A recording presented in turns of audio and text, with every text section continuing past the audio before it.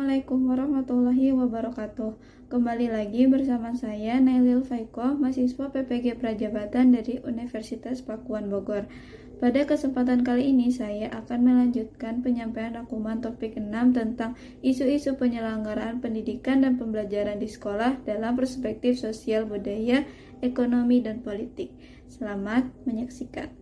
Penyelenggaraan pendidikan dan pembelajaran yaitu antara lain perubahan kebijakan kurikulum. Saat ini Indonesia terdapat 3 kurikulum yang digunakan, yaitu kurikulum 2013, kurikulum Merdeka, dan Mandiri Berubah.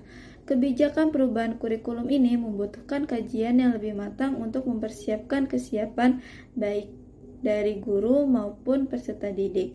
Kemudian, isu-isu penyelenggaraan dan pendidikan yang lainnya yaitu kurangnya pemerataan pendidikan di Indonesia, terutama di daerah 3T. Seperti contoh pada video mengenai isu pendidikan dan pembelajaran yang belum merata di daerah Kaliweda, Papua. Di tanah Papua yang kaya akan sumber daya alamnya, ternyata masih banyak sumber daya manusia yang belum tersentuh pendidikan. Pendidikan di sana sangat mengkhawatirkan karena keterbatasan serta kurangnya pemerataan pendidikan di daerah tersebut. Terlihat dari kondisi para peserta didik yang sekolah dengan keadaan yang seadanya serta terbatasnya jumlah tenaga pendidik. Namun, masih terdapat seorang penggiat pendidikan yang secara sukarela dan tulus untuk mendidik dan mengajar anak-anak sekolah di daerah tersebut. Tujuannya yaitu agar mutu pendidikan di daerah tersebut lebih berkembang dan meningkat. Sebagai seorang calon pendidik dengan bekal pengetahuan-pengetahuan yang sudah didapatkan, maka diperlukan kesiapan mengajar dengan memperhatikan isu-isu penyelenggaraan pendidikan dan pembelajaran di sekolah dalam perspektif sosial, budaya, ekonomi, dan politik.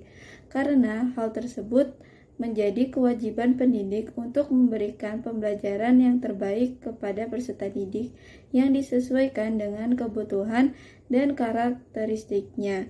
Hal tersebut dapat dilakukan dengan langkah-langkah sebagai berikut.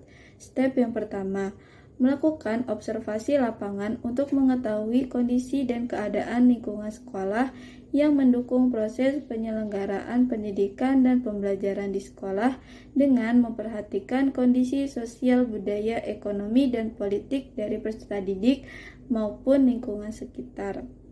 Step yang kedua, melakukan asesmen diagnostik untuk mengetahui kebutuhan dan karakteristik dari peserta didik dilihat dari perspektif sosial, budaya, ekonomi, dan politik peserta didik. Step yang ketiga, merancang proses pembelajaran yang disesuaikan dengan kondisi lingkungan serta kebutuhan dan karakteristik peserta didik dengan memperhatikan perspektif sosial, budaya, ekonomi, dan politik.